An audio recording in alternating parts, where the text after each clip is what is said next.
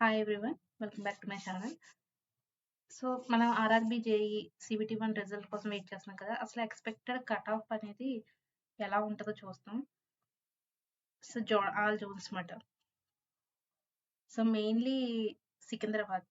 సికింద్రాబాద్ వచ్చేసి జనరల్ 69 అంటే OC category. And ST category 44 cut of.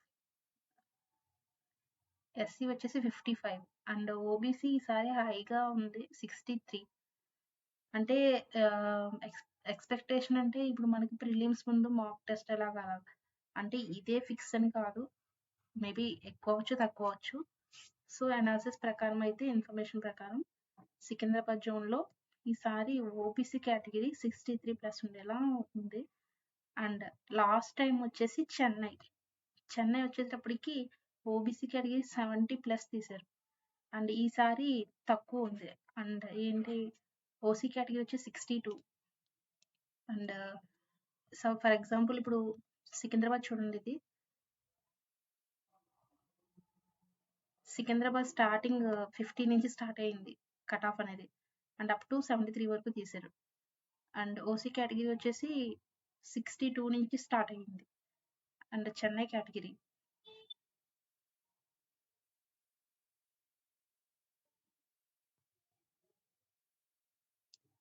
Chennai category వచ్చేసి ఓబీసీ 53 నుంచి స్టార్ట్ అయింది. అప్ టు 74 వరకు తీశారు.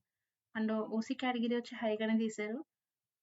56 నుంచి స్టార్ట్ అయింది వీళ్ళకి. కానీ ఈసారి వీళ్ళ అనాలిసిస్ ప్రకారం అయితే మాత్రం చెన్నై కట్ ఆఫ్ అనేది తక్కువ ఉంది. And OC category 62, ST category 37 and OBC 49 ఉంది.